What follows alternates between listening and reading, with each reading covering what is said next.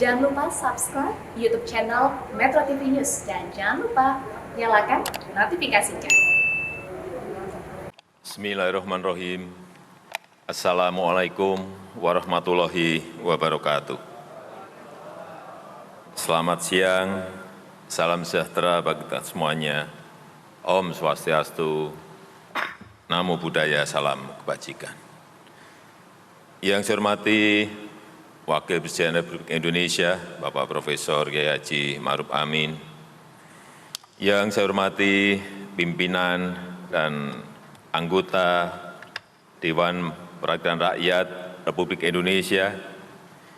Yang saya hormati pimpinan dan anggota Dewan Perwakilan Daerah Republik Indonesia.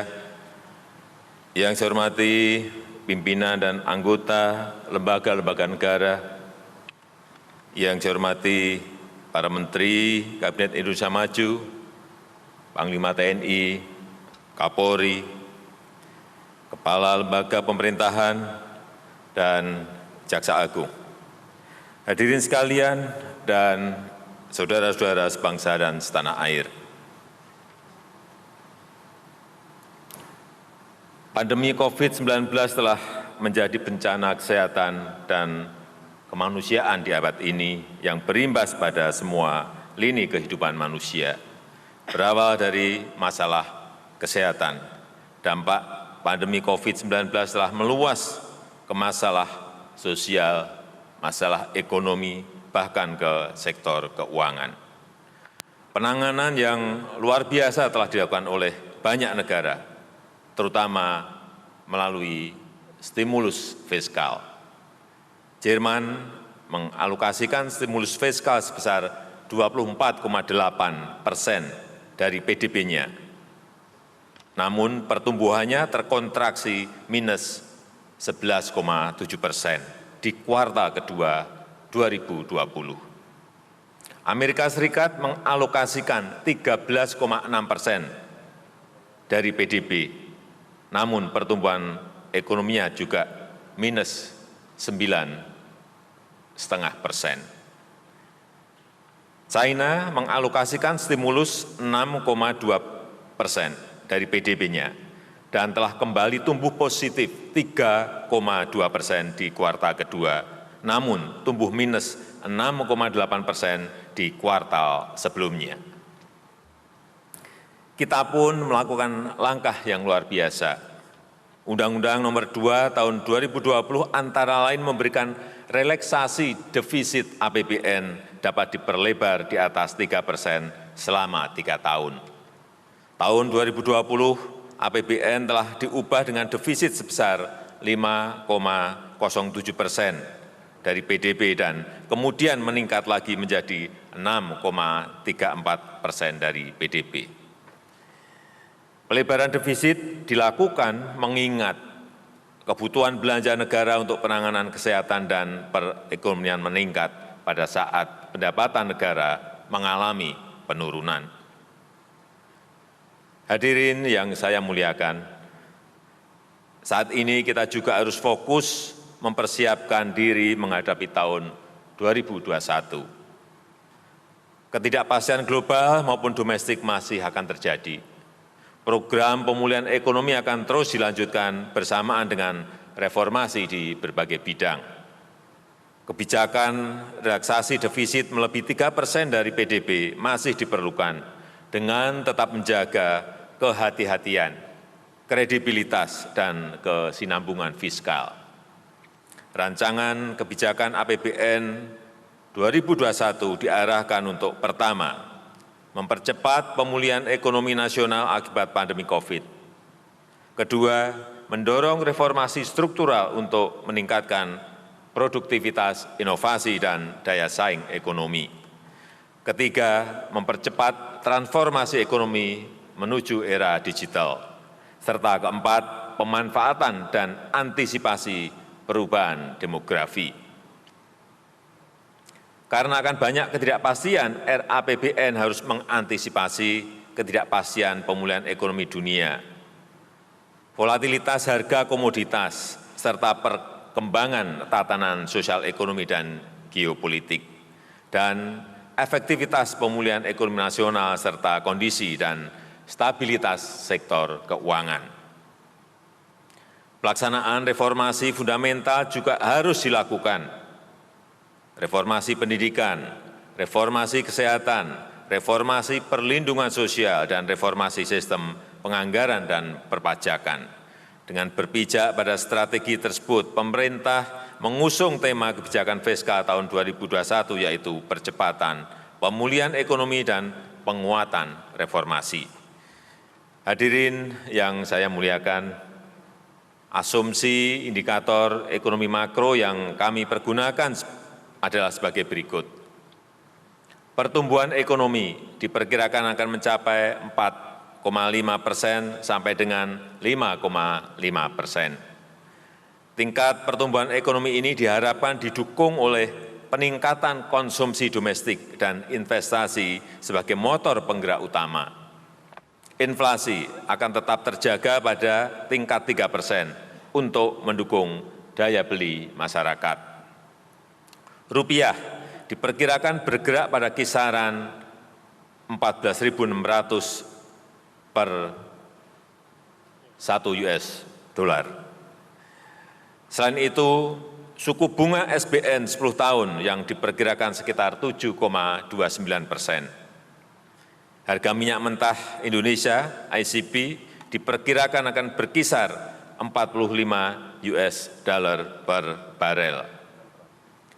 Lifting minyak dan gas bumi diperkirakan masing-masing mencapai 705.000 barel dan 1.007.000 barel setara minyak per hari. Ketua, para wakil ketua, dan para anggota DPR RI dan DPD RI yang saya muliakan. Dalam RAPBN tahun 2021, defisit anggaran direncanakan sekitar 5,5% dari PDB atau sebesar 971,2 triliun rupiah. Defisit ini lebih rendah dibandingkan defisit anggaran tahun 2020 sekitar 6,34% dari PDB atau sebesar 1.039,2 triliun rupiah. Anggaran kesehatan direncanakan sebesar 169,7 triliun rupiah atau setara 6,2% APBN dan diarahkan terutama untuk peningkatan dan pemerataan dari sisi suplai serta dukungan untuk pengadaan vaksin, meningkatkan nutrisi ibu hamil dan menyusui, balita, penanganan penyakit menular, serta akselerasi penurunan stunting. Kemudian juga untuk perbaikan efektivitas dan keberlanjutan program jaminan kesehatan nasional serta penguatan pencegahan, deteksi, dan respon penyakit serta sistem kesehatan yang terintegrasi. Anggaran pendidikan tahun 2021 sebesar 549,5 triliun rupiah atau 20% dari APBN akan difokuskan untuk meningkatkan kualitas SDM, kemampuan adaptasi teknologi, peningkatan produktivitas melalui pengetahuan ekonomi di era industri 4.0. Pemerintah akan melakukan reformasi pendidikan melalui transformasi kepemimpinan kepala sekolah, transformasi pendidikan dan pelatihan guru, mengajar sesuai tingkat kemampuan siswa, standar penilaian global, serta kemitraan daerah dan masyarakat sipil. Selain itu, dilakukan kebijakan lainnya di bidang pendidikan melalui penguatan program vokasi dan kartu prakerja, penguatan penyelenggaraan PAUD, peningkatan efektivitas penyaluran bantuan pendidikan lewat BOS, PIP, dan LPDP, percepatan peningkatan kualitas sarpras pendidikan, terutama untuk daerah 3T, tertinggal, terdepan, dan terluar, serta penajaman KIP kuliah dan pendanaan pendidikan tinggi.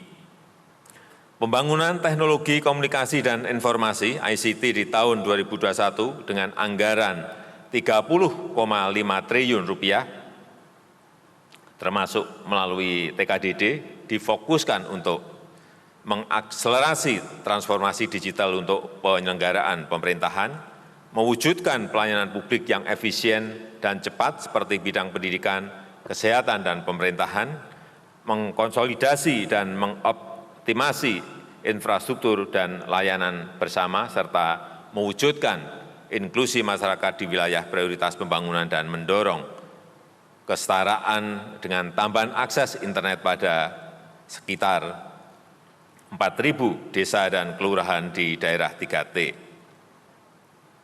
Pembangunan infrastruktur di tahun 2021 dianggarkan sekitar 414 triliun rupiah, yang utamanya untuk pemulihan ekonomi, penyediaan layanan dasar, serta peningkatan konektivitas.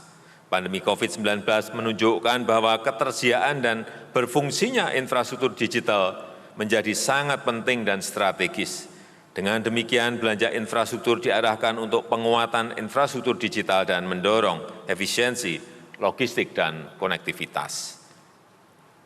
Infrastruktur padat karya yang mendukung kawasan industri dan pariwisata, serta pembangunan sarana kesehatan masyarakat dan penyediaan kebutuhan dasar seperti air, sanitasi, dan pemukiman. Untuk ketahanan pangan di tahun 2021 dianggarkan sekitar 104,2 triliun rupiah yang diarahkan untuk mendorong produksi komoditas pangan dengan membangun sarana, prasarana, dan penggunaan teknologi, revitalisasi sistem pangan nasional dengan memperkuat korporasi petani dan nelayan, dan distribusi pangan, serta pengembangan kawasan pangan berskala luas atau food estate untuk meningkatkan produktivitas pangan. Selain itu, pemerintah berkomitmen untuk meningkatkan kesejahteraan petani dan nelayan dengan mentargetkan nilai tukar petani atau NTP dan nilai tukar nelayan atau NTN sebesar 102 sampai dengan 104 di tahun 2021. Dukungan perlindungan sosial di tahun 2021 dianggarkan sebesar 419,3 triliun rupiah yang diarahkan untuk percepatan pemulihan sosial dan mendukung reformasi sistem perlindungan sosial secara bertahap. Langkah perlindungan sosial dilakukan melalui bantuan pada masyarakat melalui program Keluarga Harapan, Kartu Sembako, Bansos Tunai, dan Kartu Prakerja. Mendorong program reformasi perlindungan sosial yang komprehensif berbasis siklus hidup dan antisipasi aging population. Penyempurnaan data terpadu DTKS dan perbaikan mekanisme penyaluran program perlindungan sosial, serta penguatan monitoring dan evaluasi. Reformasi sistem perlindungan sosial secara bertahap ini sangat penting dalam mendukung upaya pengentasan kemiskinan ekstrem di tahun 2024. Pembangunan pariwisata di tahun 2021 dianggarkan sebesar 14,4 triliun rupiah yang diarahkan untuk mendorong pemulihan ekonomi di sektor swasta, di sektor pariwisata. Kebijakan yang dilakukan melalui pemulihan pariwisata dengan pengembangan destinasi pada 5 fokus kawasan Danau Toba, Borobudur, Mandalika, Labuan Bajo, dan Likupang. Pengembangan aspek 3A, atraksi, aksesibilitas, dan amenitas, serta peningkatan pada 2P, promosi dan partisipasi pelaku usaha swasta. Pendekatan storynomic tourism yang mengedepankan narasi konten kreatif, living culture, dan kekuatan budaya serta pemanfaatan skema KPBU dalam membangun pusat-pusat hiburan seperti theme park yang akan menyerap banyak wisatawan. Berbagai kebijakan belanja negara secara keseluruhan diharapkan dapat mendorong tercapainya sasaran pembangunan pada tahun 2021, yakni tingkat pengangguran 7,7 sampai dengan 9,1%, tingkat kemiskinan di kisaran 9,2 sampai dengan 9,7% dengan menekankan pada penurunan kelompok miskin ekstrim, tingkat ketimpangan di kisaran 0,377 sampai dengan 0,379, serta indeks pembangunan kualitas manusia IPM di kisaran 72,78 sampai dengan 72,95. Pimpinan dan anggota Dewan yang saya muliakan, seiring dengan pentingnya kelanjutan pemulihan ekonomi nasional, pada RAPBN tahun 2021 dialokasikan anggaran sekitar Rp356,5 triliun yang diarahkan untuk: pertama, penanganan kesehatan dengan anggaran Rp25,4 triliun untuk pengadaan vaksin antivirus, sarana dan prasarana kesehatan, laboratorium, litbang, serta bantuan iuran BPJS untuk PPBU. Kedua, perlindungan sosial pada masyarakat menengah ke bawah sekitar Rp110,2 triliun melalui program Keluarga Harapan, Kartu Sembako, Kartu Prakerja, serta Bansos Tunai. Ketiga, sektoral kementerian, lembaga, dan Pemda dengan anggaran sekitar Rp136,7 triliun yang ditujukan untuk peningkatan pariwisata, ketahanan pangan dan perikanan, kawasan industri, pengembangan ICT, pinjaman ke daerah, serta antisipasi pemulihan ekonomi. Keempat, dukungan pada UMKM sekitar Rp48,8 triliun melalui subsidi bunga KUR, pembiayaan UMKM, penjaminan, serta penempatan dana di perbankan. Kelima, pembiayaan korporasi sekitar Rp14,9 triliun yang diperuntukkan pada lembaga penjaminan dan BUMN yang melakukan penugasan. Keenam, insentif usaha sekitar Rp20,4 triliun melalui pajak ditanggung pemerintah, pembebasan PPh impor, dan pengembalian pendahuluan PPN. Pimpinan dan anggota Dewan yang saya hormati, pada tahun 2021 anggaran transfer ke daerah dan dana desa TKDD direncanakan sebesar Rp796,3 triliun. Dengan anggaran tersebut, arah kebijakan yang akan dilakukan antara lain: pertama, mendukung langkah pemulihan ekonomi sejalan dengan prioritas nasional melalui pembangunan aksesibilitas dan konektivitas kawasan sentra pertumbuhan ekonomi, dukungan insentif kepada daerah untuk menarik investasi, perbaikan sistem pelayanan investasi, dan dukungan terhadap UMKM. Kedua, mengoptimalkan pemanfaatan dana bagi hasil dalam rangka mendukung penanganan kesehatan, jaring pengaman sosial, serta pemulihan ekonomi dampak COVID-19. Ketiga, mengarahkan 25% dari dana transfer umum untuk mempercepat program pemulihan ekonomi daerah dan pembangunan SDM. Keempat, memfokuskan penggunaan dana insentif daerah atau DID untuk digitalisasi pendidikan, kesehatan, dan pemberdayaan UMKM. Kelima, refocusing dan simplikasi jenis bidang dan kegiatan DAK fisik yang bersifat reguler dan penugasan.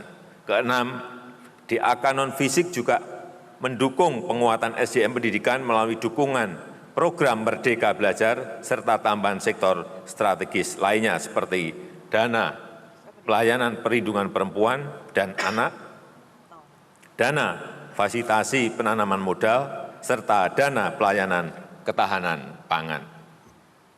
Ketujuh, mempertajam alokasi dana desa untuk pemulihan ekonomi desa dan pengembangan sektor prioritas seperti teknologi informasi dan komunikasi, pembangunan desa wisata, dan mendukung ketahanan pangan. Dalam 5 tahun terakhir, hasil dari pemanfaatan anggaran TKDD telah dirasakan oleh masyarakat melalui peningkatan kinerja pelayanan dasar publik seperti akses rumah tangga terhadap air minum dan sanitasi layak, serta persalinan yang dibantu oleh tenaga kesehatan. Tingkat kesenjangan di wilayah perdesaan juga menurun, yang ditunjukkan dengan semakin rendahnya rasio Gini dari 0,316 pada tahun 2016 menjadi 0,315 pada tahun 2019. Demikian juga dengan persentase penduduk miskin di pedesaan turun dari 13,96% pada tahun 2016 menjadi 12,6% pada tahun 2019. Pimpinan dan para anggota Dewan yang kami hormati, untuk mendanai kegiatan pembangunan di tahun 2021 akan didukung sumber penerimaan mandiri dari pendapatan negara sebesar Rp1.776,4 triliun, yang utamanya dari penerimaan perpajakan sebesar Rp1.481,9 triliun dan penerimaan negara bukan pajak sebesar Rp293,5 triliun. Dari sisi perpajakan, pemerintah terus melakukan berbagai perluasan basis pajak serta perbaikan tata kelola dan administrasi perpajakan dalam rangka meningkatkan dan menggali sumber-sumber penerimaan yang potensial. Selain itu, penerapan Omnibus Law, perpajakan dan pemberian berbagai insentif perpajakan yang tepat dan terukur diharapkan mampu mendorong peningkatan investasi dan daya saing nasional, mempercepat pemulihan ekonomi pasca pandemi COVID-19 serta memacu transformasi ekonomi. Di sisi cukai akan dilakukan pengembangan sistem pengawasan cukai terintegrasi serta ekstensifikasi cukai untuk mengendalikan eksternalitas negatif. Pada tahun 2021, langkah untuk mengoptimalkan PNBP antara lain dengan peningkatan kuantitas dan kualitas layanan, inovasi layanan, perluasan objek audit bersama, perencanaan lifting migas yang efektif, serta efisiensi biaya operasi migas. Di samping itu, perbaikan proses perencanaan dan pelaporan PNBP terus diperkuat dengan menggunakan sistem teknologi informasi yang terintegrasi. Pimpinan dan para anggota Dewan yang terhormat, pada masa transisi RAPBN tahun 2021 dengan rencana pendapatan negara sebesar Rp1.776,4 triliun dan belanja negara Rp2.747,5 triliun, maka defisit anggaran diperkirakan mencapai Rp971,2 triliun atau setara 5,5% dari PDB. Defisit anggaran tahun 2021 akan dibiayai dengan memanfaatkan sumber-sumber pembiayaan yang aman dan dikelola secara hati-hati.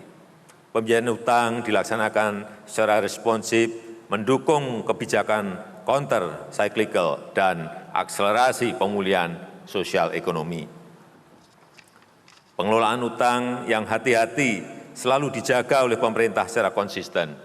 Pembiayaan defisit RAPBN tahun 2021 akan dilakukan melalui kerjasama dengan otoritas moneter dengan tetap menjaga prinsip disiplin fiskal dan disiplin kebijakan moneter, serta menjaga integritas, kredibilitas, dan kepercayaan pasar surat berharga pemerintah.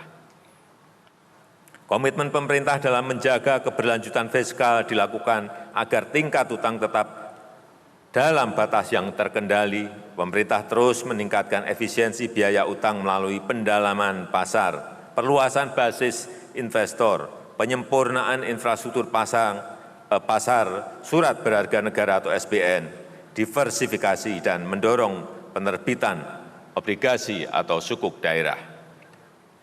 Pembiayaan investasi juga akan dilakukan pemerintah di tahun 2021 dengan anggaran sekitar Rp169,1 triliun. Pendanaan tersebut direncanakan akan digunakan untuk pertama, pembiayaan pendidikan untuk menjamin keberlangsungan program pendidikan bagi generasi ke depan sebagai bentuk pertanggungan jawab atas antar generasi. Kedua, pemberdayaan UMKM dan UMI guna mengakselerasi pengentasan kemiskinan. Ketiga, mengakselerasi pembangunan infrastruktur sarana dan prasarana transportasi, pemukiman, serta ketahanan energi.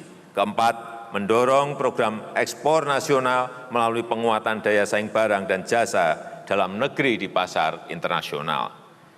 Pimpinan dan para anggota Dewan yang terhormat, demikianlah keterangan pemerintah atas rancangan undang-undang tentang anggaran pendapatan dan belanja negara tahun anggaran 2021 beserta nota keuangannya. Besar harapan kami, pembahasan RAPBN tahun 2021 dapat dilakukan secara konstruktif demi mewujudkan Indonesia yang maju, bermartabat, berdaulat, mandiri, dan berkepribadian berdasarkan Pancasila dan Undang-Undang Dasar 1945. Semoga Allah Subhanahu wa Ta'ala senantiasa memberikan rahmat, berkah, dan ridho-Nya bagi kita semuanya dalam menjalankan amanah seluruh rakyat Indonesia. Dirgahayu Republik Indonesia, Dirgahayu Negeri Pancasila. Terima kasih. Wassalamualaikum warahmatullahi wabarakatuh. Om Santi Santi Santi Om. Namo Buddhaya. Salam kebajikan. Terima kasih.